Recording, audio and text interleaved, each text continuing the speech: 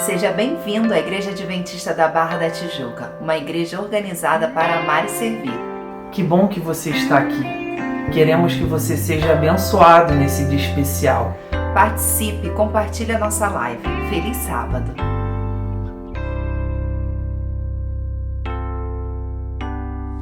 Nós almejamos outro lar, um novo Éden pra morar, pois ficaremos por aqui somente um pouco mais.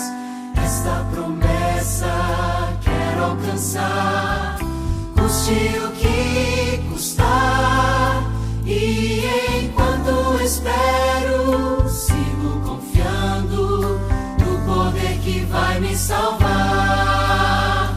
Com os pés na terra e os olhos no céu, eu vou. Com os pés na terra e os olhos no céu, eu vou seguindo até encontrar meu Jesus.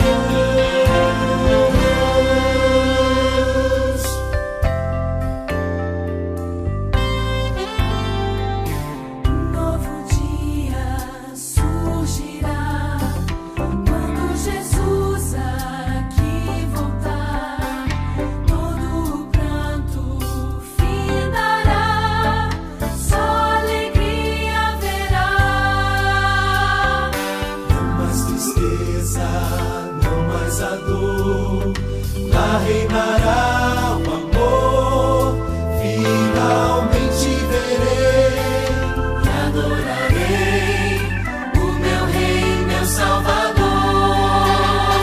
Com os pés na terra e os olhos no céu, eu vou. Com os pés na terra e os olhos no céu, eu vou seguindo até encontrar meu Jesus. Com os pés na terra e os olhos no céu, eu vou. Com os pés na terra e os olhos no céu, eu vou seguindo até encontrar meu Jesus.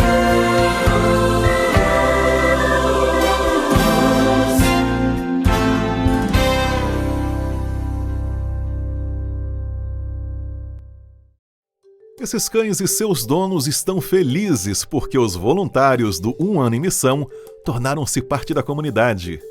Os jovens voluntários vieram da capital do Equador, Quito, para compartilhar o amor de Jesus e, surpreendentemente, isso inclui cuidar de cachorros. A história começou quando um casal de pioneiros da Missão Global, Christian e Maribel, mudaram-se para esta comunidade e não encontraram adventistas morando aqui. Queríamos alcançar um grupo de pessoas que não vivem com Deus. Como igreja, por algum motivo, não conseguimos alcançar seus corações e suas vidas. Como igreja não hemos llegado a tocar seus corações, sua vida. Nesta vizinhança de classe média alta, as pessoas parecem ter tudo que precisam, como boas casas e carros. O desafio neste lugar é que as pessoas não abrem seus corações facilmente. Por isso, primeiro queríamos que abrissem as portas de suas casas. Christian e Maribel começaram pesquisando o que as pessoas realmente precisavam. Como essa comunidade era grande, eles recrutaram uma equipe do Um Ano em Missão para ajudá-los. E a equipe descobriu que as pessoas da comunidade precisavam de ajuda para cuidar de seus cães. Algumas pessoas queriam que os cães passeassem, e a equipe do Um Ano em Missão ajudou com isso. Eles passearam com os cães, cuidaram deles e até fizeram uma feira de saúde para animais domésticos. Ao cuidar dos cães, a equipe passou a conhecer os seus donos. Nosso objetivo é alcançar pessoas com relacionamento, fazendo amizades, os visitando e indo ao parque com eles. Por causa das novas amizades, foram organizados estudos da Bíblia com a comunidade. E com o tempo, muitas pessoas entregaram seus corações a Jesus. Sinto-me feliz quando alguém aceita Jesus. É gratificante saber que eles conhecem e acreditam num Deus de esperança e amor. Deus que é de esperança, que é de amor. Agora, por causa do passeio com os cães e os laços de amizade, uma nova congregação de fiéis se reúne todo sábado e está crescendo. Ore por este grupo que compartilha o amor de Jesus nesta grande cidade. Ore pelos pioneiros da Missão Global como Christian e Maribel, assim como a equipe do Um Ano em Missão. Deus os utiliza para mudar vidas no Equador.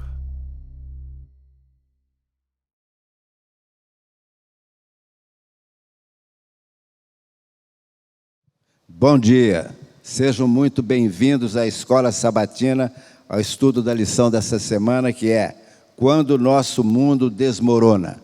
Para iniciá-lo, vamos pedir ao Zé Carlos que faça uma oração inicial. Oremos. Querido e bondoso Deus que habita nos altos céus, Pai, somos gratos porque Tu nos escolheu, Senhor, para que estivéssemos aqui para recapitular a lição número 3, Pai. E por isso te pedimos, Pai, a presença do Seu Santo Espírito, para que venha nos dar não só sabedoria, mas também o discernimento, Pai. Abençoe a cada um de nós, tudo isso te pedimos e te agradecemos em nome e por amor de Jesus. Amém. Amém. O verso para memorizar dessa lição diz: se vocês não ficarem firmes na fé, com certeza não resistirão. Isso é muito enfático. E a história se passa com o rei Acaz.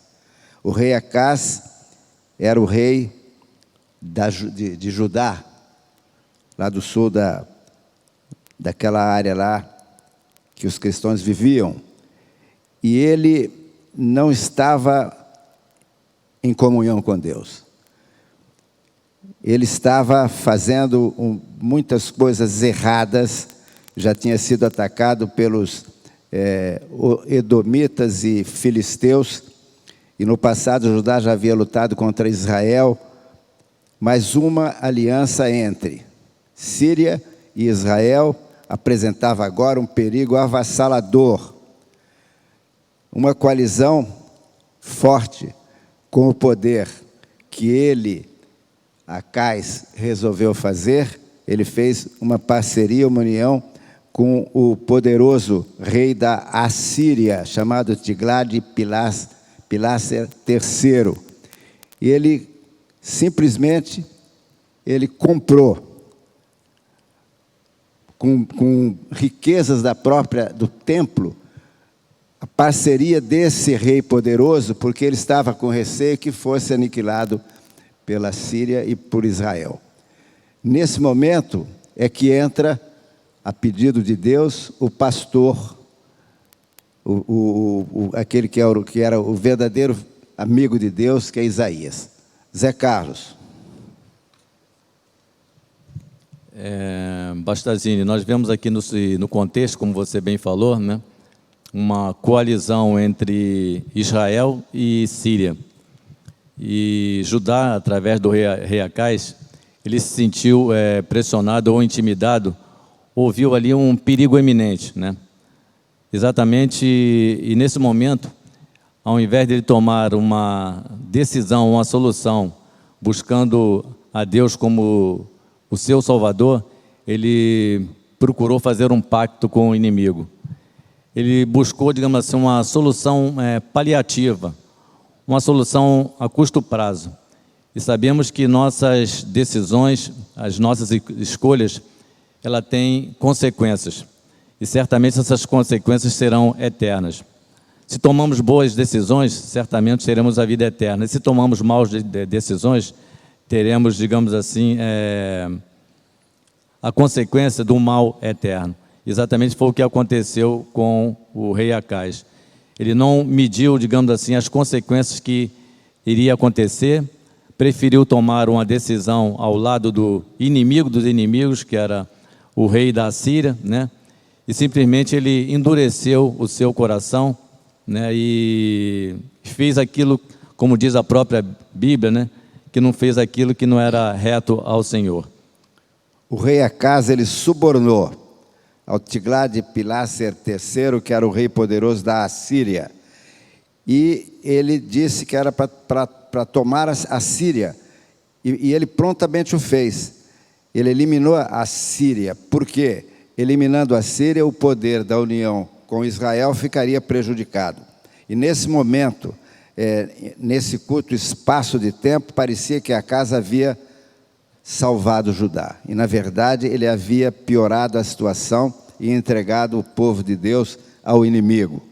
E isso é importante, que nós precisamos saber, porque quando Deus mandou Isaías para ajudá-lo, Isaías foi a ele e pediu que ele observasse e obedecesse a Deus, para que Deus pudesse fazer o milagre em sua vida. E ele relutou e não aceitou. Ele, na verdade, ele não queria colocar em jogo o seu reino, e, na verdade, ele estava entregando o seu reino ao inimigo. Nesse momento, esse risco surpreendente, alto, por isso o Senhor enviou Isaías para interceptar o rei Acaz, aparentemente enquanto ele estava inspecionando o seu arqueduto em Jerusalém. Só que ele não aceitou o contato na liderança do profeta de Deus, e a ele faltava principalmente fé. Bastazinho, eu vejo aqui que sempre nos momentos difíceis, nos momentos de provação, Deus nunca abandona os seus filhos. A gente viu ali a preocupação que Deus tinha com o rei Acaz, e ele sempre enviou o profeta com uma mensagem de consolo, uma palavra de encorajamento, uma palavra que viesse fortalecer, digamos assim, o rei Acaz, já que ele estava fragilizado espiritualmente. Você vê que o governo de Acaz, lá no versículo 1, fala que ele não fez aquilo que era reto ao Senhor. Ou seja, se a gente for traçar uma biografia ou fazer uma análise de todo o reinado do rei Acaz, ele sempre foi, digamos assim, sempre tomou uma postura, digamos assim, que ia de encontro, não digo de encontro, exatamente com a palavra de Deus. Ele sempre procurou tomar uma medida ou tomar uma solução exatamente mais prática. Ele, naquele momento, quando Deus enviou o profeta Isaías para dar uma mensagem de encorajamento a Acaz, simplesmente ele se permaneceu ainda recalcitrante, ou seja, com o coração ainda endurecido. E na palavra diz, se hoje ouvir a minha voz, não endureçais o seu coração. E a gente vê que durante esse período de tempo, Acaz endureceu o seu coração, se reportando lá ao faraó do Egito, né? Que Deus enviou através de Moisés aquelas 10 pragas, né? E ele simplesmente ainda permaneceu com o coração dele endurecido. Acaz deve ter ficado surpreso quando Isaías o cumprimentou e apresentou seu filho chamado, um resto volverá. Resto o remanescente de quem? Volverá a quê? Visto que o pai do garoto era profeta e o nome soava como uma fatídica mensagem acerca do cativeiro. Ou poderia ser que a mensagem tratasse do retorno do povo de Deus arrependido? O volver também tem um significado de arrependimento. A mensagem para Acaz era direta: depende de você. Afaste-se dos pecados e vá ao cativeiro, do qual um remanescente retornará. A decisão é sua. A ameaça da Síria e Israel passaria e Judá seria poupado. Potência que pertenciam as potências que pertenciam vulcões eram uma erupção apenas de 2 tocos de tições fumegantes. Não havia necessidade de Acaz pedir ajuda à Síria, a poderosa Síria. Mas para tomar a decisão certa, Acaz precisava confiar nas promessas do Senhor. Devia ter e crer para permanecer. A palavra para crer e permanecer são da mesma raiz hebraica, da qual também vem a palavra que designa verdade, aquilo que é confiável, a palavra amém. Acaz precisava ter certeza, para estar seguro e precisava confiar para ser confiável. E aí uma outra oportunidade, José Carlos, que Deus dá, que está em terça-feira. Bastazinho, a gente vê que Deus, ele é um Deus de oportunidade, né? Embora nós sejamos recalcitrantes, estamos sempre, às vezes, postergando, digamos assim, e interceptando para que o Espírito Santo faça morada no seu coração, mas Deus não abandona nenhum de seus filhos. E nós vimos ali que Deus, em inúmeras vezes, ele deu chance e oportunidade para o rei Acais. Mas em nenhum momento ele se curvou, e no momento ele teve o coração dele quebrantado para que ele pudesse receber aquela mensagem. Pelo contrário, ele sempre postergou e sempre ele rejeitou a mensagem de Deus. Eu vejo aqui uma palavra-chave nesse processo, nesse contexto do rei Acais, a palavra rejeição, né? Pode ser, queridos irmãos, que eu esteja falando com alguém que ainda continua rejeitando o Jesus como nosso Senhor e Salvador. Pode ser que eu esteja falando com alguém ainda que abandonou, que se afastou da igreja. Como eu já te falei, Deus é um Deus de oportunidade.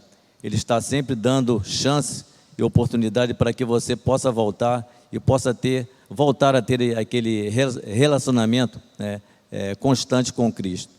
Portanto, é um convite, é um chamado, é um apelo que Ele faz para você, irmão, que ainda não aceitou Jesus como seu Salvador ou está afastado da igreja. Ele te aceita de braços abertos e está te fazendo um convite para que você dê o aceite.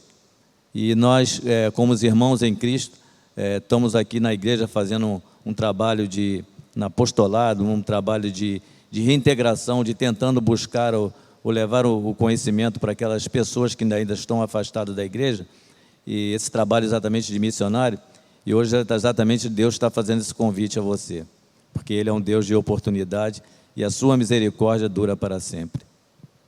Acais não aceitou, não atendeu o chamado de Isaías à fé. Veja bem, Deus misericordioso deu ao rei outra oportunidade, mandando-lhe que pedisse um sinal que fosse embaixo nas profundezas ou em cima nas alturas. Esse foi um dos maiores apelos à fé já feitos a um ser humano. E ainda assim, diferentemente de tudo, ele não aceitou. O Senhor estava pronto e disposto a esgotar todo o céu e a terra por um rei ímpio, se tão somente ele acreditasse. Como sinal, Acais poderia ter pedido uma montanha de ouro ou soldados tão numerosos quanto os grãos da areia do Mediterrâneo. Vejam, irmãos, que gravidade de situação se colocou esse rei ímpio. Ele estava em comunhão direto com Deus, tinha ao seu lado um profeta de Deus, e Deus estava dando para ele as oportunidades para que ele pudesse ser vitorioso. E ainda assim ele não acreditou. Ele achou que esse poderoso rei da Síria, que tinha só um único objetivo, era tomar posse das terras e do povo, e se isso tivesse ocorrido, o povo judeu teria desaparecido. Só que Deus não abandona o seu povo, e mais à frente, em outras lições, nós vamos ver que o seu filho assume, Ezequias, que foi um rei do lado positivo, um rei da bondade, um rei temente a Deus. Então veja, Acais sequer estava disposto a permitir que Deus o ajudasse, e veja o que ele fez. Ele fechou e trancou a porta do coração a fim de excluir definitivamente a fé. Imagina, irmãos, que situação de um ser humano, de um cristão, de um filho de Deus, criado à sua imagem, e de um povo abençoado, escolhido por Deus. Tomar atitudes dessa natureza, permitindo que o inimigo tomasse conta e que, sobretudo, não pudesse ele exercer aquele trabalho de divulgar o Evangelho, e que tinha ali uma pessoa de Deus, que era Isaías, ajudando. Então é preciso que nós tenhamos cuidado, porque Isaías destacou que quando Acais se recusou a provar a Deus, aparentemente ele quis evitar que Deus se fatigasse, Ora, onde ele viu isso? Quando Deus terminou, lá no início do mundo, criou o mundo, criou finalmente o homem, Adão, depois Eva, e depois no 7º dia ele descansou. Nós não podemos ter a imagem de um Deus cansado. Nós não podemos ter a imagem de um Deus que se cansa fazendo essas coisas. Deus não se cansa. Ele quis apenas um dia que fosse um memorial entre ele e o homem. O sábado foi criado para comemorar o vínculo entre Deus e a sua criatura. E por isso o sábado é um dia sagrado até hoje, está nos 10 mandamentos e não sei porquê, muita gente exclui. Não tem motivo para isso, é só entender o que significa o sábado. Então, na verdade, quando Acaz recusou a oferta divina, ele rejeitou que o Senhor fosse seu Deus. E aí mais à frente nós vemos o Senhor era Deus de Isaías, mas não Deus de Acaz. Olha que situação, e se nós formos colocar isso nos dias de hoje, nós vamos ver exemplos que porventura pode surpreender a todos, mas o que está escrito na Bíblia nos dá um vislumbre do que é a humanidade e os dias que nós vivemos. Zé Carlos, o que você tem de observação sobre esse assunto tão sério que essa atitude de Acaz? Bom, a lição de quarta-feira fala sobre o sinal de um filho que está lá em Isaías, capítulo 7, versículo 14. E tem aqui a pergunta número 7 que fala: quem é a mulher e seu filho? Bom, a lição aqui fala que no Antigo Testamento não mostra o cumprimento desse sinal, como indica sinais dados a outras pessoas como Gideão. Aqui estão algumas interpretações possíveis com base no Antigo Testamento. Número 1, ele fala, com a palavra jovem, se refere a uma mulher em idade de se casar. Muitos pressupõem que ela fosse casada e vivesse em Jerusalém, talvez a esposa de Isaías. Está lá no capítulo 8, versículo 3, que registra o nascimento de um filho do profeta como uma profetisa, sua esposa, cujas mensagens proféticas tratava pelo menos de seus filhos. E outro lá no número 2 fala: alguns sugerem que Emanuel seja Ezequias, filho de Acaz, que o sucedeu no trono.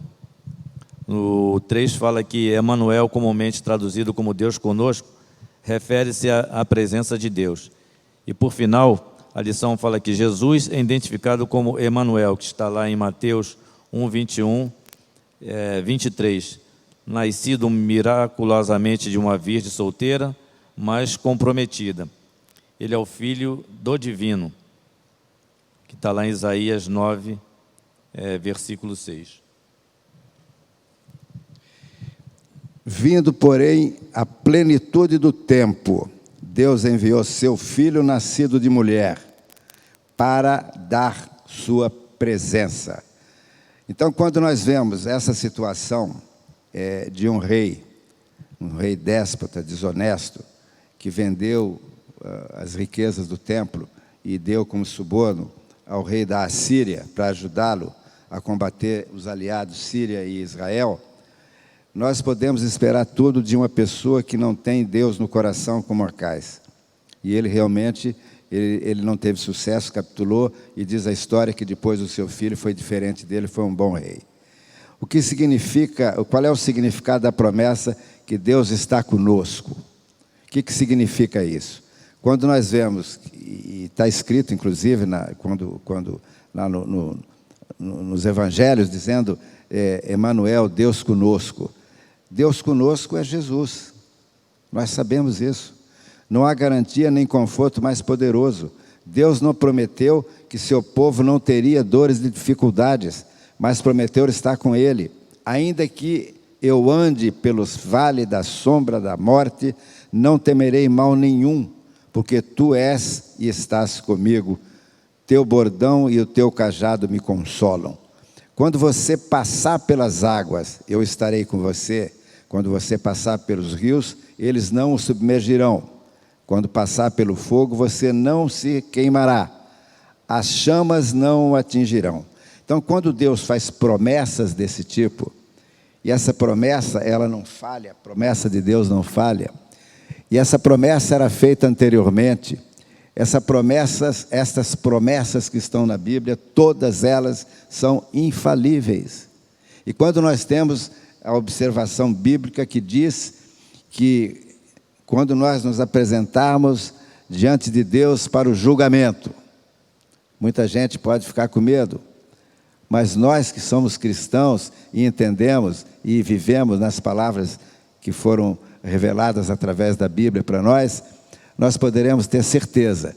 Mas quando é dito que nós seremos avaliados pelas nossas obras que estão no livro da vida, pode parecer algo assim diferente, contraditório, porque a salvação nossa, nós sabemos, não é pelas obras, não são pelas obras, é apenas pela fé aceitar a graça. Mas isso está escrito na Bíblia. Por que está escrito na Bíblia isso? Simplesmente porque Deus precisa saber, está anotado, que aquelas obras foram frutos do Espírito. Você as fez porque você estava transformado. Você não fez com finalidade de salvação. E se você não tiver no livro da vida escrito essas obras de realização de alguém que é convertido, está fazendo amor ao próximo, ajudando e divulgando a palavra, se você não fizer isso, você não está cumprindo as determinações e não está fazendo a obra do Espírito. É importante que a gente saiba disso, porque podem confundir e dizer, não, está uma contradição, não somos salvos pelas obras, e diz que vai ser aberto o livro da vida, mas é com esse objetivo. E Deus sabe tudo, não precisa ler no livro, mas Ele quer que o livro seja aberto para que todos tomem conhecimento. Então, esse Deus conosco, o Zé Carlos, o que mais você tem que acrescentar? Deus conosco é Jesus, mas Emmanuel, Deus conosco. Bastazini, eu tenho esta palavra Deus conosco como uma garantia, e como você falou, uma promessa. O fato de Deus estar conosco mostra que tem alguém preocupado com cada um de nós. Mas, queridos irmãos, não importa as circunstâncias dos quais nós estamos passando, não importa o teu sofrimento, não importa que você esteja passando pelo vale da sombra da morte, Ele é o Deus conosco. Ele é o Deus conosco quando José estava como escravo no Egito. Ele é o Deus conosco quando Daniel estava na cova dos leões. Ele é o Deus conosco quando os 3 amigos de Daniel estavam na fornalha do fogo ardente. A gente vê que Deus é um Deus presente, não é um Deus ausente.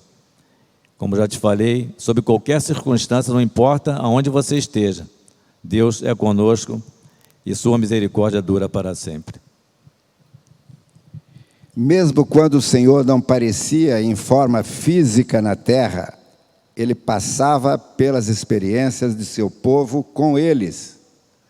Onde estava o Senhor quando a multidão condenou Estevão? Em pé à destra de Deus. Mas quando Jesus subiu ao céu, assentou-se à direita da majestade nas alturas. Por que ele se levantou quando Estevão estava em apuros, prestes a ser apedrejado até a morte? Como nos relata Morris Venden, disse, Jesus não ficaria sentado. Porque tem coisas que nós não entendemos. Como é que é possível o profeta que antecedeu a Jesus, João, ele divulgou o Evangelho, ele batizou a Jesus, ele estava preso, e aí foi pedido a cabeça dele numa bandeja.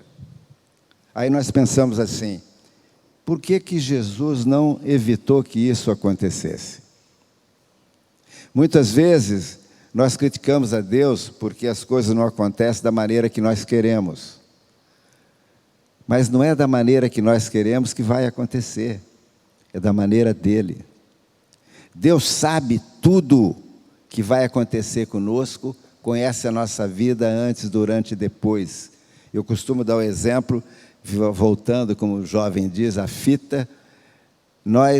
Eu vejo que todos os meus planos que eu fiz e não foram realizados, eu fiquei muito chateado com Deus.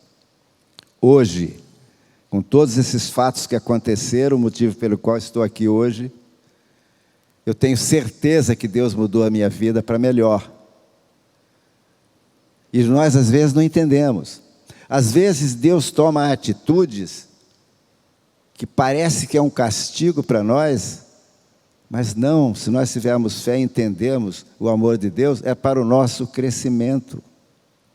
Quando nós vemos Acais fazendo essas barbaridades, ele poderia ter tido sucesso, porque Deus estava ali ajudando através do profeta Isaías, e ele não aceitava. Quando nós pensamos que nós estamos fazendo as coisas certas, às vezes nós estamos errados. E se nós fizermos qualquer coisa sem pedir a Deus ajuda, sem pedir a Deus que nos proteja, nos oriente, que o Espírito Santo toque, nos dê sabedoria, nós vamos errar.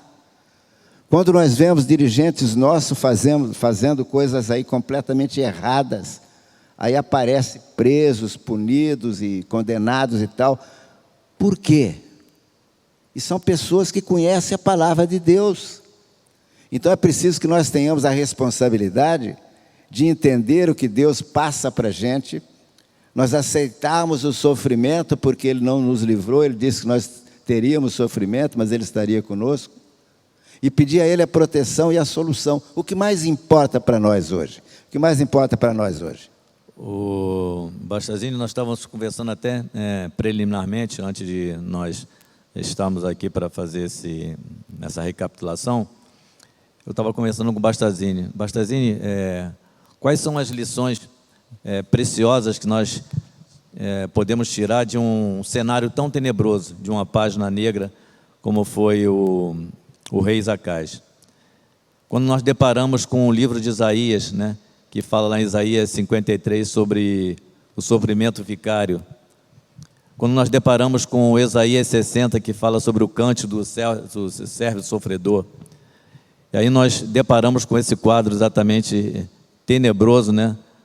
E esse declínio espiritual do reinado de Acais.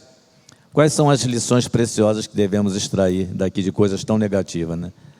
Nós, durante a lição, nós tivemos e foi caracterizado que não devemos nunca fazer uma coalizão com o inimigo, né? Foi o que o próprio rei Acais fez, né? E nos trouxe também as lições que sempre Deus ele sempre manda um sinal e sempre manda um profeta exatamente para nos socorrer nos momentos mais difíceis que nós estamos passando. E temos a certeza que diante de todo esse cenário, Deus está conosco. Muito obrigado. Bastazini pode dar as suas considerações finais. Deus levou o incrédulo rei Acais às circunstâncias nas quais ele teve que tomar decisões difíceis. Crer ou não crer, eis a questão. Embora o Senhor tivesse lhe oferecido qualquer sinal que sua imaginação não pudesse conceber, o rei se recusou a permitir que Deus demonstrasse uma razão pela qual ele deveria crer. Ao invés disso, ele escolheu como seu amigo o rei da Assíria, que na verdade era inimigo. Mas é interessante nós fazermos aqui uma reflexão final. Ao tentar decisões, é apropriado pedir sinais a Deus. Ao nós tomarmos decisões, é apropriado pedir sinais a Deus. Quais são os pedidos de se fazer isso, ou os perigos de se fazer isso? Porque muitas vezes nós dizemos que ouvimos dizer para nós sim, e o que Deus está querendo para nós é não. O perigo de uma situação dessa só pode ser resolvido com muita oração. Fala, Zé Carlos.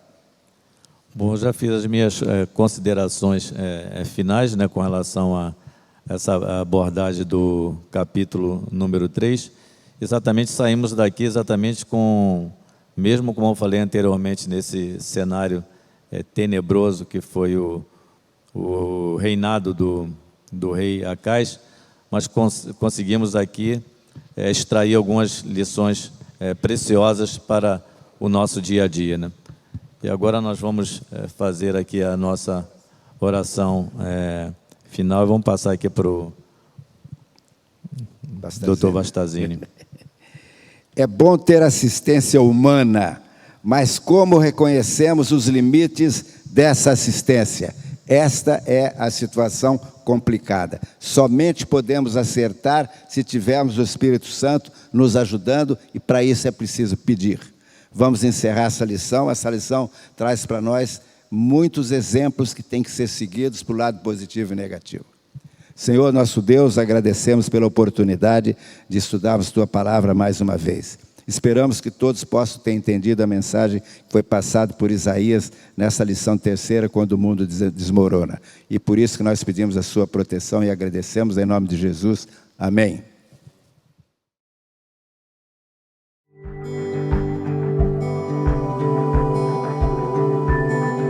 Provai e vede. História de hoje: performance de apenas uma música. Lembro como se fosse ontem. Eu tinha 10 anos e minha família tinha acabado de chegar em Miami. Sem o meu violino, as coisas estavam bem difíceis. Então decidimos ir para Milwaukee, em busca de uma vida melhor, sabe? O Wisconsin estava frio, muito frio. Quando chegamos lá, eles estavam tendo o pior inverno em 80 anos. Nós não tínhamos nada, mas foi aí que os milagres começaram a acontecer. Recebemos bastante ajuda de nossa igreja e dos vizinhos. Depois de um tempo, minha mãe finalmente conseguiu me dar um violino. As coisas começaram a melhorar. Eu amo música. Queria muito ser um músico. Então decidi concorrer a uma bolsa no Conservatório de Milwaukee. O único detalhe é que não tínhamos o dinheiro para comprar as partituras de que eu precisava para ensaiar. Então, minha mãe comprou uma vitrola e um disco de vinil de um concerto de violino de Beethoven. E ela disse: Jaime, deves escutá-lo e ensaiá-lo. Ouça e ensaie. E assim eu fiz intensivamente. Durante o teste, todo mundo se perguntava como eu era capaz de tocar daquele jeito. E eu contei a minha história, a luta da minha família. Eles ficaram impressionados. Um professor recém-chegado da Europa me perguntou quem era o artista do vinil que eu ouvia enquanto ensaiava.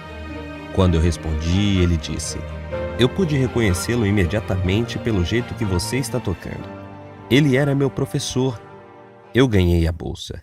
E não acredito que tudo isso, a época que deixamos Cuba, o dia que chegamos em Milwaukee, a ajuda que recebemos, meu professor conhecendo pessoalmente o artista que eu ouvia, nada disso foi uma coincidência. Deus guiou tudo. É exatamente quando parece que você não tem nada ou ninguém que Deus está fazendo tudo por você.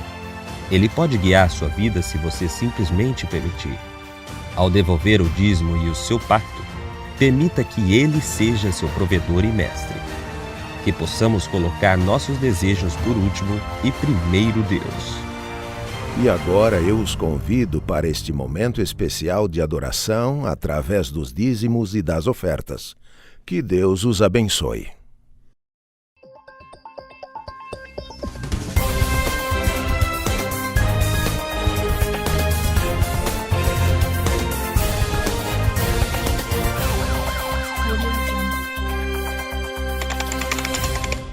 Olá, tudo bem? Que bom que você está aqui conosco, que bom que você está acompanhando a nossa live. Muito obrigado pela sua presença. Aproveite para começar a compartilhar as informações que vamos dar para você aqui. Como você sabe, nossa igreja está fechada temporariamente, mas logo, logo estaremos todos juntos. Bom, hoje é o terceiro sábado do mês de janeiro e temos novidades para você. A primeira delas é um anúncio que já estamos fazendo há alguns sábados. Chama-se Lares de Esperança. É um projeto maravilhoso em conjunto do Ministério da Família e o Ministério da Mulher. E nós queremos que todos os lares da Igreja da Barra sejam pontos de esperança, compartilhando o amor de Jesus. Por isso, mande um WhatsApp agora para um desses dois números que estão aparecendo aqui com a seguinte mensagem: quero participar dos Lares de Esperança. Sendo assim, você vai receber informações de como vai acontecer. No começo será virtualmente e depois poderá ser presencialmente também. Um outro projeto maravilhoso que estamos desenvolvendo é o de Mensageiras da Esperança. Esse projeto é específico do Ministério da Mulher e quer ajudar você, mulher, a você jovem, a você adulta, a você mais experiente, a partilhar esperança para as pessoas. Então você vai agora mandar uma mensagem para esse WhatsApp que está aqui na tela, dizendo: quero ser uma mensageira de esperança. E eu quero deixar você preparado para algo especial que vai acontecer no mês de fevereiro. Chama-se o projeto de oração dos 10 dias com Deus. E esse ano o tema será Famílias Fiéis até o Fim. Olha que bênção. Já comece a se preparar para participar desses 10 dias de oração. Bom, amanhã nós teremos a nossa Live Church e conosco estará o pastor Saulo Fernandes. Ele é lá de Engenheiro Coelho, um pastor maravilhoso que estará trazendo a mensagem. Você deve estar acompanhando o nosso projeto de oração às quartas-feiras. Os grupos de oração de nossa igreja, tanto dos homens quanto das mulheres, se juntaram para fazer uma programação especial. Eles têm se reunido durante toda a semana e às quartas-feiras eles têm se alternado para trazer testemunhos, trazer uma mensagem especial e muita oração. Participe conosco a partir das 20 horas, ou pelo Zoom ou pelo YouTube, e você pode ver o nosso endereço em nosso site iasdebarra.org, ok? Participe conosco do nosso culto de oração. Meus queridos, o nosso departamento de comunicação está ansioso para receber a sua ajuda. Nós temos aqui diversas formas de trabalhar e você pode nos ajudar. Pode ser presencialmente, quanto virtualmente também. Nos procure, mande um WhatsApp para nós, para que você possa participar junto conosco. Bom, hoje nós estamos recebendo de volta o nosso querido pastor Fernando Lorca, que estava de férias e vai trazer a mensagem. No próximo sábado, nós vamos receber aqui o pastor Gustavo Sá, que é o presidente da nossa associação. Fique ligado nas nossas programações. E chegou o momento agora de você compartilhar esperança. Você vai ver agora um QR Code que vai aparecer aí na tela do seu monitor, do seu computador ou da sua televisão, e você vai poder apontar o seu telefone para lá com a câmera aberta e você vai receber instruções de como compartilhar esperança. Que Deus possa te abençoar, que Deus possa abençoar a sua família e que você possa ter um ótimo sábado na presença do Senhor. Olá, crianças! Chegou um momento que eu gosto muito, a adoração infantil. Vamos aprender muitas coisas sobre a Bíblia e sobre Jesus, e junto com os pais. Vamos prestar bastante atenção, ok?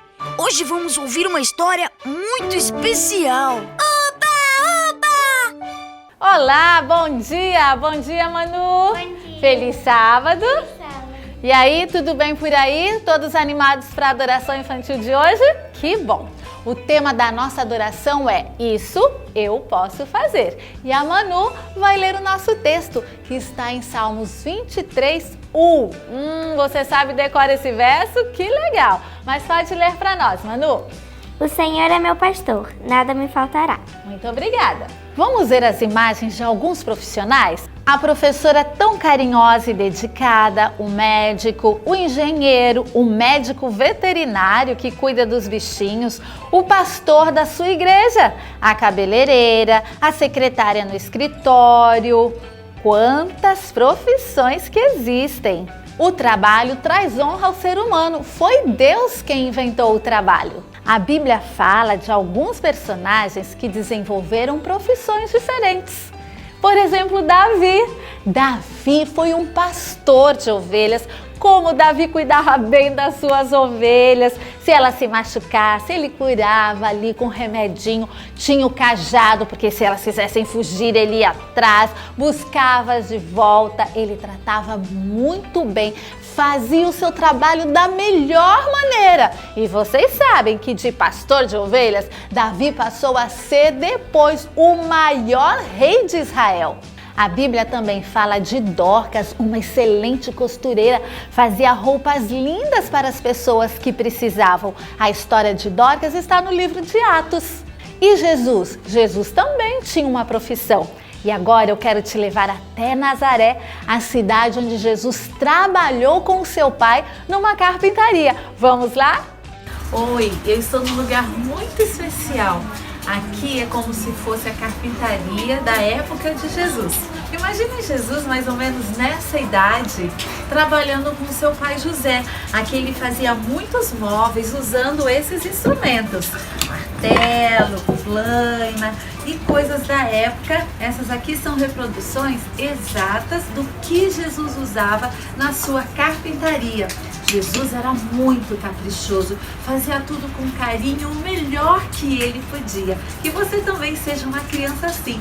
Tudo que vier na sua mão para você fazer, faça da melhor maneira, seguindo o exemplo de Jesus. Quando um adulto faz da melhor maneira o seu trabalho, ele também pode testemunhar de Jesus. Você ainda não trabalha, mas se você fizer da melhor maneira agora como criança as suas atividades, você vai crescer alguém que vai ser um excelente profissional e vai testemunhar de Jesus também através da sua profissão. Você pode usar os seus dons agora. Quem canta, contar histórias, ser gentil, bondoso com as pessoas. Dessa maneira, você estará falando do amor de Jesus aos seus amiguinhos e a quem você conhece. Vamos orar? Papai do céu, muito obrigado pelos dons que tu me dás. Mas eu quero saber usar esses dons, mesmo sendo tão pequeno. Que eu faça sempre o meu melhor. Em nome de Jesus, amém.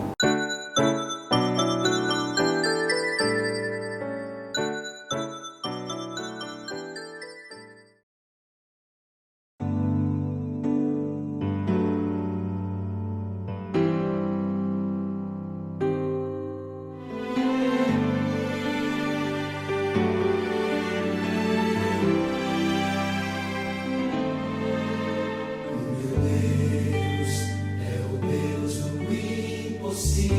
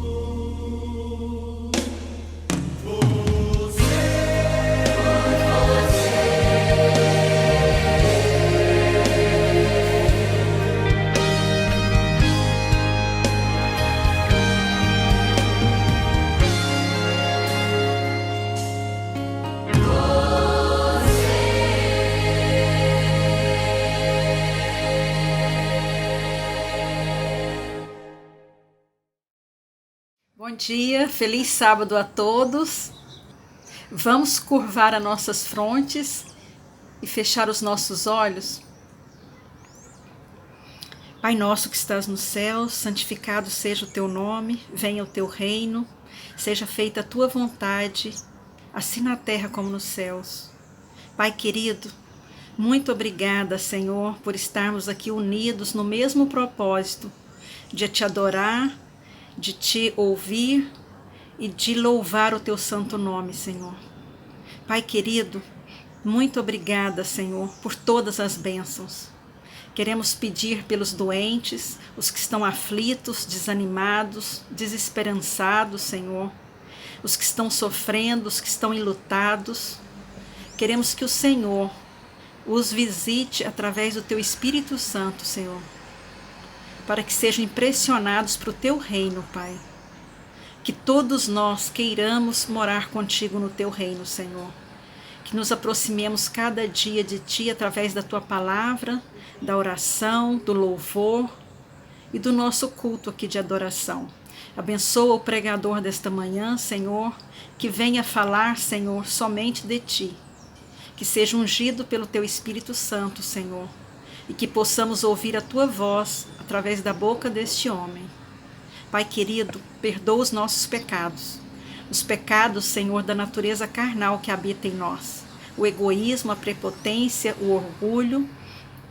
Nós queremos, Pai querido, ser transformados por Ti. Queremos ter um coração sensível ao Teu amor e sensível às necessidades daqueles que nos rodeiam. Por isso, Pai, estamos aqui, clamando. Ouve a nossa oração. Cura-nos, Senhor, salva-nos de nós mesmos. Por amor do Teu nome, te pedimos e já agradecemos tudo. Amém, Senhor. Amém.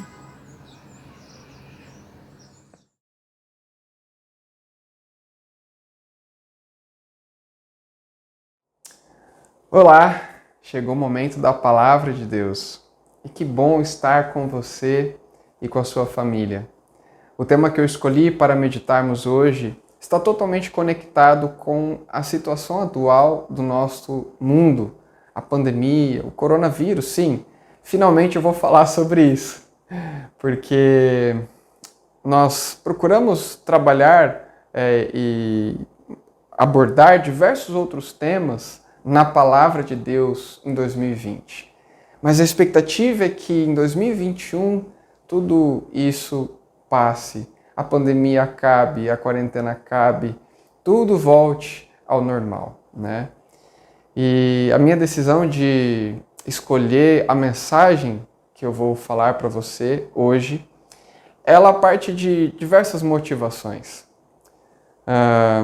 Esses dias, mês de dezembro, estava conversando com uma grande amiga, nossa irmã Biriana, e ela compartilhando comigo: pastor, que falta faz a igreja, que falta faz os cultos, que falta faz eu estar lá com as minhas irmãs, eu estar lá vendo as pessoas, e que falta faz ter liberdade para abraçar as pessoas, para ver sorrisos espalhados pelo lugar onde eu estou.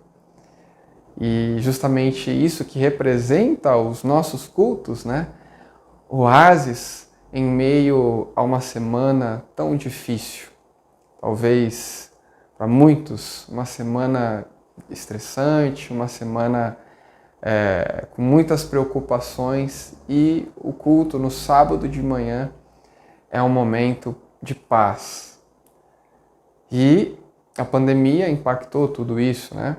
Veja, restrições foram colocadas durante esse período, não agora somente, mas durante esse período.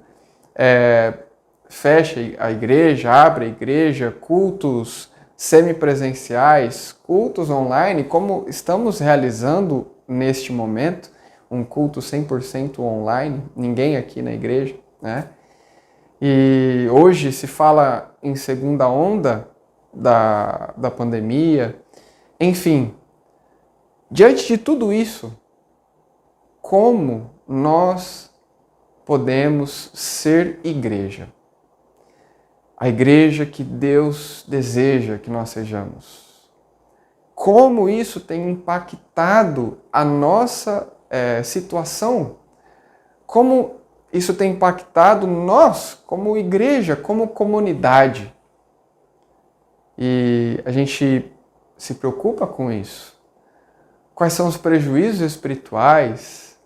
Será que a fé dos nossos irmãos está se enfraquecendo? Como a palavra de Deus pode nos ajudar nesse momento, pode nos guiar? Olha, eu venho trazer uma boa notícia para você. É que existe solução para isso, para a igreja, para tudo que a igreja está passando. E essa solução se encontra na palavra de Deus. Existem orientações. Antes mesmo que passássemos por tudo isso, Jesus já deixou orientações nas Escrituras para guiar a igreja em tempos de crise.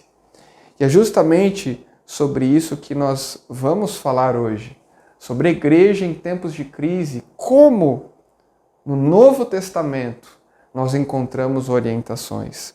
Eu vou apresentar para você 3 orientações de Jesus para os seus discípulos, para a igreja, de como nós deveríamos nos portar, como nós deveríamos nos posicionar mentalmente, como nós deveríamos olhar para toda essa situação. Então eu convido você a abrir lá em Lucas, no capítulo 21, onde nós encontraremos a primeira orientação de Jesus para nós, neste momento. Lucas capítulo 21 é um capítulo que se coloca de modo paralelo com Mateus 24, onde Jesus vai falar sobre acontecimentos antes da sua volta, antes da sua segunda vinda. E no versículo 11 nós lemos o seguinte, Lucas 21, verso 11: haverá grandes terremotos, fome e peste em vários lugares, e acontecimentos terríveis e graves sinais no céu. Antes de tudo isso, porém, haverá um tempo de perseguição. Vocês serão arrastados para as sinagogas e prisões, e por minha causa serão julgados diante de reis e governadores. Essa, contudo, será a sua oportunidade de lhes falar sobre mim. Mais uma vez eu lhes digo que não se preocupem com o modo como responderão às acusações contra vocês, pois eu lhes darei as palavras certas e tanta sabedoria que seus adversários não serão capazes de responder nem contradizer. Bom, o que nós vemos aqui, a primeira orientação de Jesus para quando a sua igreja passasse por tempos de crise. E Jesus está dizendo aqui para nós que em tempos de crise, a igreja precisa confiar em Deus. Veja, no versículo 11, Jesus já havia preparado os seus discípulos, já havia preparado a sua igreja para enfrentar o pior. Haverá terremotos, fome e peste em vários lugares, das quais nós estamos passando por essa peste, por essa pandemia, e aqui é a palavra traduzida por peste, né? Jesus estava preparando a sua igreja para o pior. E ele está dizendo aqui, haverá essas coisas. Mas olha só o que o verso 12 e 13 nos mostra. Ele vai dizer que antes de tudo isso haveria perseguição, que nós, os discípulos dele, seríamos arrastados diante de reis e governadores. Mas preste atenção. Essa, contudo, será a sua oportunidade de lhes falar sobre mim. Jesus preparou a sua igreja para o pior, mas os problemas deste mundo são as oportunidades de Deus. E são as oportunidades para que o mundo conheça o poder de Deus através do testemunho da igreja, do testemunho dos discípulos de Cristo Jesus.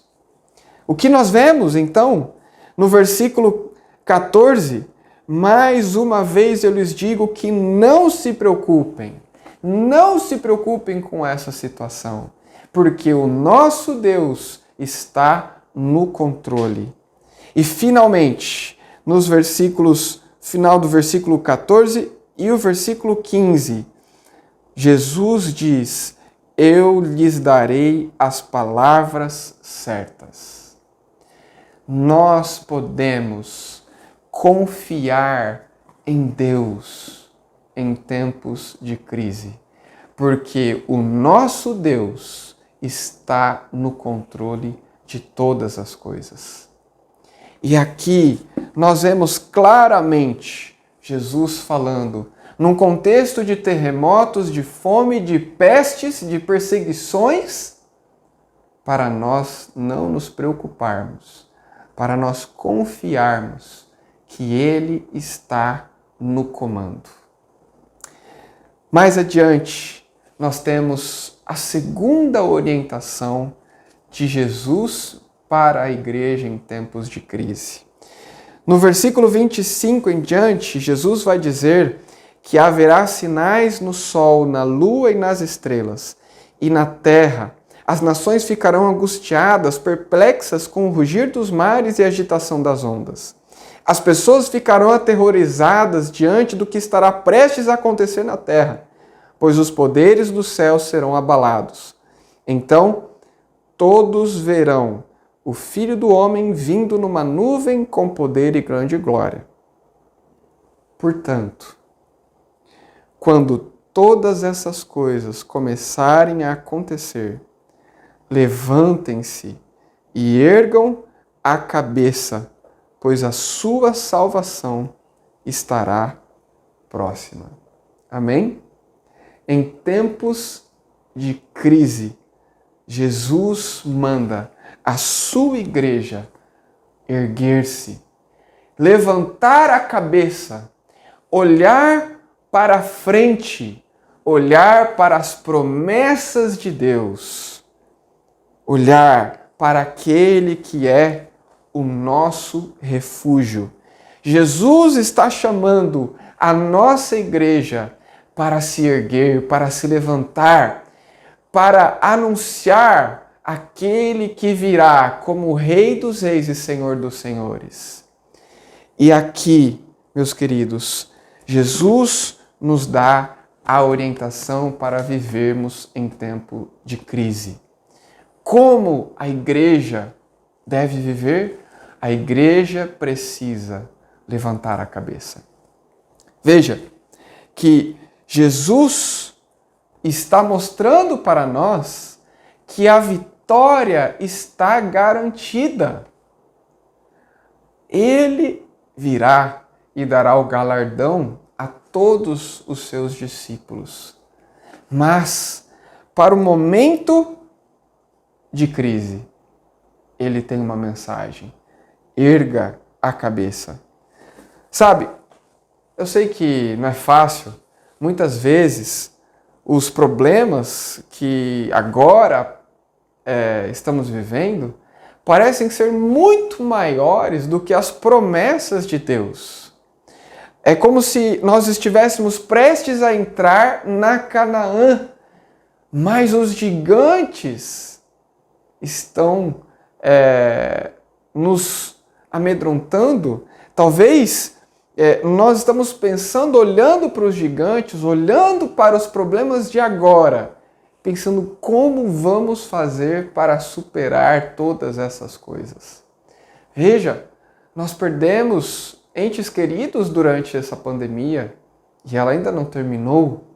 Nós estamos passando por problemas em diversos setores da nossa vida, diversas áreas da nossa vida, esse é um tempo muito difícil, um tempo de crise, mas Jesus chama a sua igreja para olhar para frente, para olhar para as suas promessas, para confiar na sua direção. Afinal de contas, Ele é o Senhor dos exércitos. Eu gostaria de terminar com a terceira orientação, convidando você para abrir a Bíblia lá em Atos capítulo 7, a partir do versículo 59. Atos capítulo 7, a partir do versículo 59 em diante. E aqui nós temos a terceira e talvez uma das mais importantes orientações que Jesus tem para a sua igreja em tempos de crise. No capítulo 7 de Atos, versículo 59, é dito: enquanto atiravam as pedras, Estevão orou: Senhor Jesus, recebe o meu espírito. Então caiu de joelhos e gritou: Senhor, não os culpes por este pecado. E com isso adormeceu, ou seja, faleceu. Capítulo 8. E Saulo concordou inteiramente com a morte de Estevão, ou consentiu com a morte de Estevão. Uma grande onda, a partir desse momento, uma grande onda de perseguição começou naquele dia e varreu a igreja de Jerusalém. Todos eles, com exceção dos apóstolos, foram dispersos pelas regiões da Judéia e de Samaria. Alguns homens devotos vieram e com tristeza sepultaram Estevão. Saulo, porém, procurava destruir a igreja. Ia de casa em casa, arrastava para fora homens e mulheres e os lançava na prisão. Agora veja o que diz o versículo 4. Os que haviam sido dispersos pela perseguição, porém, anunciavam as boas novas a respeito de Jesus, por onde quer que fossem. Essa é a história da igreja no seu começo. A igreja se concentrava em Jerusalém. E aqui nós temos, no contexto que lemos do versículo 59, a morte de Estevão e o início de uma grande perseguição aos discípulos de Cristo em Jerusalém.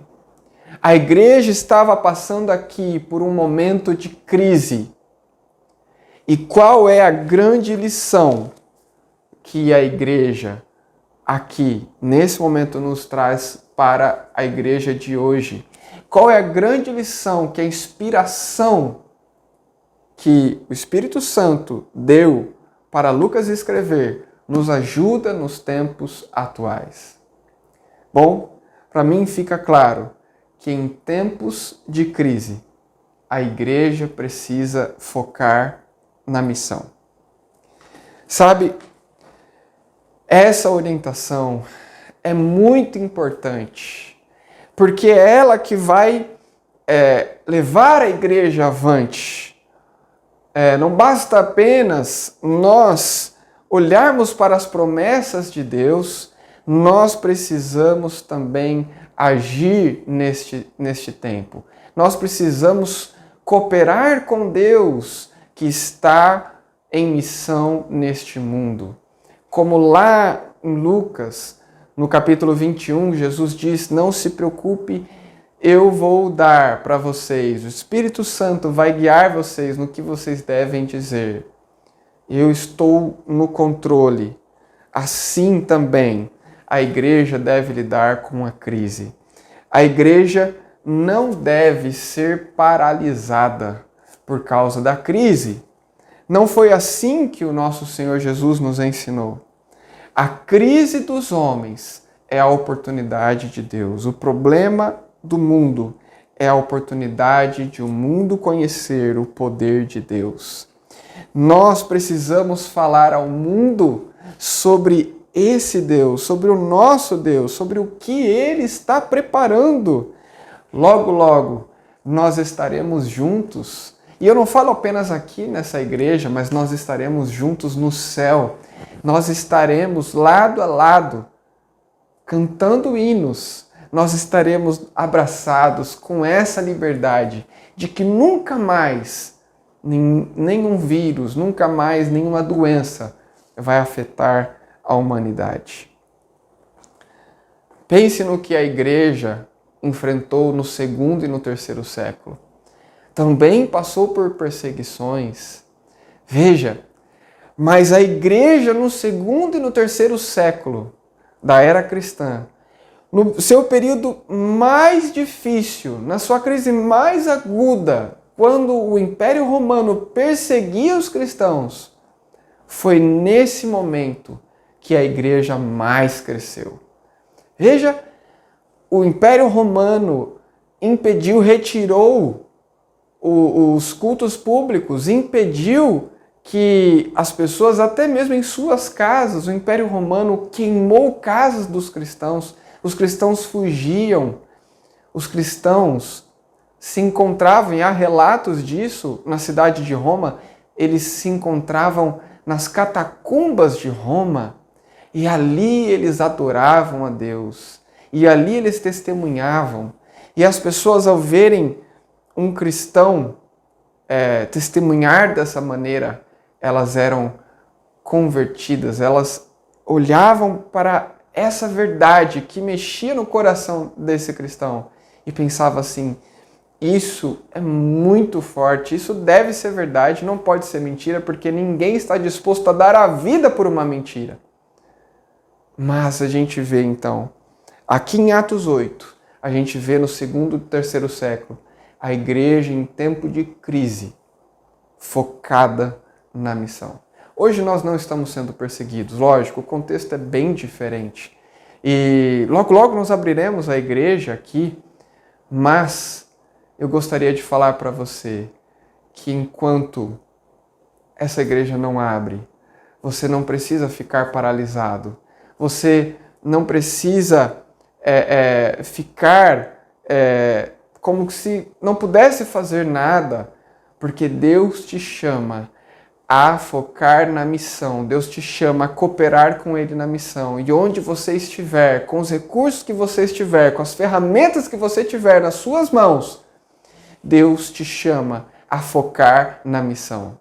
Porque igreja não é igreja só durante os cultos, igreja é igreja durante a semana, igreja é igreja durante a vida. Igreja é o corpo de Cristo em movimento, dia a dia, entrando nos lugares, testemunhando do amor de Deus, compartilhando, levando luz, levando a palavra de Deus e trazendo mais pessoas para a maravilhosa luz de Cristo, para a salvação na graça que Ele nos oferece. Eu gostaria de compartilhar com vocês um pouquinho da minha história. Eu tive alguns momentos bem difíceis na minha vida, na minha trajetória, e alguns talvez conheçam, outros não, né? E esses momentos difíceis foram os momentos que mais me ensinaram a confiar em Deus, a levantar a cabeça e a focar na missão. E eu me lembro no ano de 2017, no final da minha faculdade de teologia, eu saí de férias para trabalhar, para Coportar, e não sei quantos conhecem a Coportagem, eu trabalhei na Coportagem durante esse período de férias, e na Coportagem a gente sai para angariar os recursos para pagar o semestre. Então, ou seja, todos os meses ali, os 6 meses, a faculdade, o aluguel, conta de água, de energia, enfim. Essa é a oportunidade que a gente tem, a gente dá o nosso melhor. Então, nós temos praticamente 30 dias ou 45 dias ali, dependendo do período de férias, para nós arrecadarmos, para nós trabalharmos e alcançarmos esse resultado financeiro, né? E eu me lembro que eu estava na cidade de Vargem Grande do Sul, no interior de São Paulo, e ali foi o meu campo designado para trabalhar. Eu comecei a trabalhar eu trabalhava com empresas oferecendo consultoria no sentido de treinamento, de atendimento ao cliente, motivação, outras áreas. E passaram-se 2 semanas e nada. Eu não havia conseguido abrir nenhuma porta, não havia conseguido nenhuma oportunidade de apresentar, né, o trabalho, de ministrar palestras, de compartilhar as orientações. E eu me lembro que já no final dessa segunda semana, eu estava sentado num restaurante, próximo um pouco do centro, conversando com minha amiga, a Thaís, e ali eu quase chorei, mas eu confesso que eu chorei em casa, porque eu estava trabalhando, estava procurando fazer o meu melhor, fazendo tudo do jeito certo, mas não estava dando, não estava avançando, né? Não estava conseguindo, e os recursos estavam acabando para a alimentação, para tudo, porque eu precisava levantar recursos e o que eu tinha, o que eu trouxe para as férias estavam acabando. E eu conversei muito com Deus nesse momento. Eu estava passando por uma crise, né? Lógico, não como hoje, mas olhando para a crise como uma crise. Eu estava passando por um momento muito difícil. E eu me lembro que ali na igreja, numa das igrejas de Vargem Grande do Sul, eu me coloquei de joelhos, conversei muito com Deus. E foi ali que eu aprendi que em tempos de crise, nós precisamos confiar em Deus, levantar a cabeça e focar na missão. E foi o que eu fiz. Foi o que eu fiz. Eu decidi ir para mais um dia de trabalho. E pela graça de Deus, logo eu consegui um primeiro contrato. Eu prestei serviço para um posto de gasolina da cidade e foi uma bênção, foi uma bênção. Graças a Deus a gente conseguiu servir aquela empresa e aquele posto de gasolina abriu as portas para as demais empresas. E eu me lembro, como se fosse hoje, o quão importante é para em tempos de crise nós confiarmos em Deus, levantarmos a cabeça e focarmos na missão. Pela graça de Deus, no final daquelas férias, em 3 semanas das que faltaram do mês, né, eu consegui os recursos para pagar todo o meu semestre. Todo o meu semestre. Bom, essa é uma parte da minha experiência de vida e eu sei que você também pode ter testemunhos e experiências. E cada um de nós, como membros dessa igreja, e também se você não é membro dessa igreja, mas você está acompanhando a gente aqui, essa é uma mensagem que hoje Jesus está trazendo para você e Ele está falando para você. Nós estamos passando por essa pandemia, não sabemos quando vai acabar. Pode ser que melhore, pode ser que piore. Mas, em tempos de crise, Jesus está chamando você para confiar nele, para confiar nas suas promessas de que Ele está no controle, de que Ele pode guiar a sua vida. Jesus está chamando você para levantar a sua cabeça, para olhar para o alto, olhar para a frente, para você fixar os seus olhos nas promessas de Deus, para você confiar que o que Deus disse vai se cumprir. Jesus Cristo vai voltar. E enquanto Ele não volta, Ele está chamando a sua igreja para focar na missão que ela tem, que é de testemunhar, de compartilhar, e isso a gente pode fazer a cada dia. A gente pode abençoar as pessoas com amor, com gestos de amor, a gente pode fazer o bem, a gente pode compartilhar o nosso testemunho de vida. E Jesus está nos chamando para fazer discípulos, que é a nossa missão.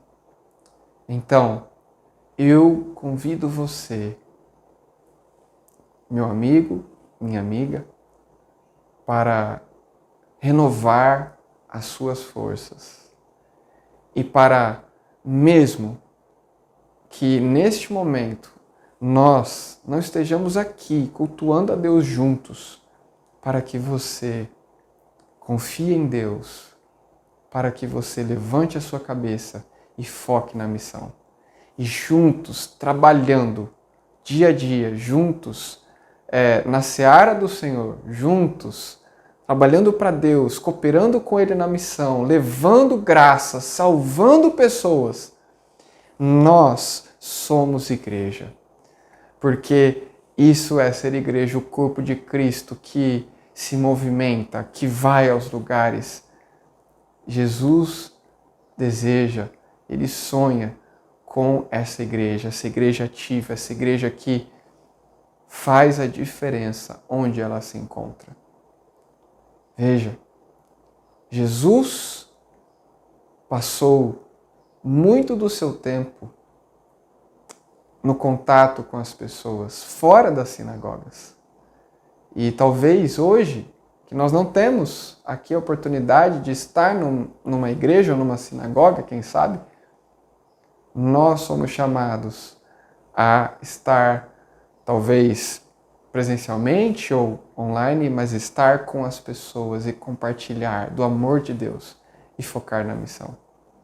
Eu espero, do fundo do meu coração, que você esteja comigo, junto nisso, focado nessa missão, para que neste momento nós confiemos em Deus, levantemos a nossa cabeça e foquemos na missão. Vamos fazer uma oração? Senhor, não é fácil este momento. A gente não vê muitos de nossos irmãos há algum tempo já. E como gostaríamos de estar aqui, como gostaríamos de experimentar como igreja o que é cultuar ao Senhor em comunidade, como é bom que os irmãos se unem em adoração, como é bom congregarmos, estarmos juntos, nós nos aquecemos, nos animamos. Mas, Senhor, hoje isso não é possível. E talvez a gente passe por mais tempo de crises como esse.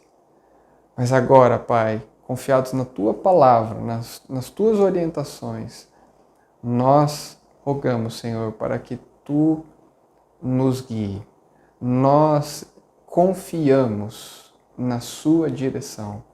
E agora, Senhor, levantamos a nossa cabeça e queremos nos colocar à Sua disposição para trabalhar na missão. Como Isaías dizer: eis-nos aqui, envia a nós, Senhor. Essa é a nossa oração. E o nosso desejo, Pai, é que mesmo em tempos de crise, a nossa igreja cresça, a nossa igreja avance, a nossa igreja se expanda e que a gente possa levar a mensagem de salvação às outras pessoas que ainda não conhecem. É o que oramos em nome de Jesus. Amém. Quem sou eu para que lembres de mim? Quem sou eu para que ouças minha voz? Não sou ninguém, sou apenas pó, mas todo dia estás a me esperar.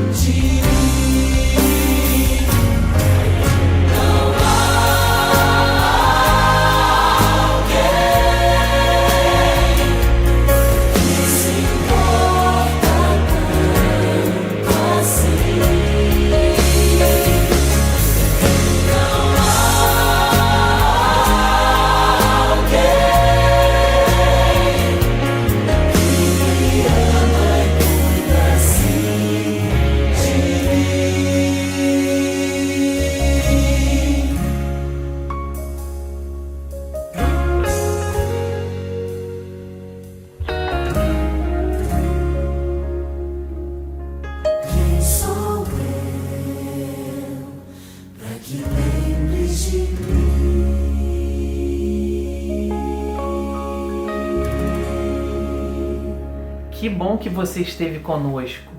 Muito obrigado pela sua audiência e participação. Compartilhe essa live, compartilhe esperança. Que você tenha um ótimo sábado.